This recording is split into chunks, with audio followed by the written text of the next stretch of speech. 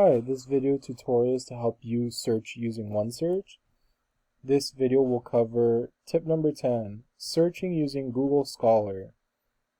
You can use Google Scholar to find the results that are accessible through your SJSU account. You'll start off on the library's main page, and on the OneSearch bar, you'll click the Google Scholar tab.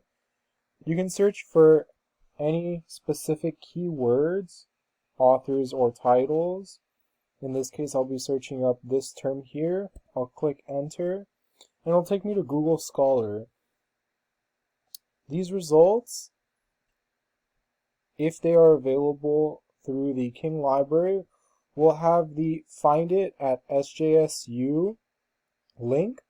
So this article I'll be looking for by linking back to OneSearch, and here it'll take me to that item's record. In this case, it's not available through King Library, but I can request it through Interlibrary Loan. Thank you for watching.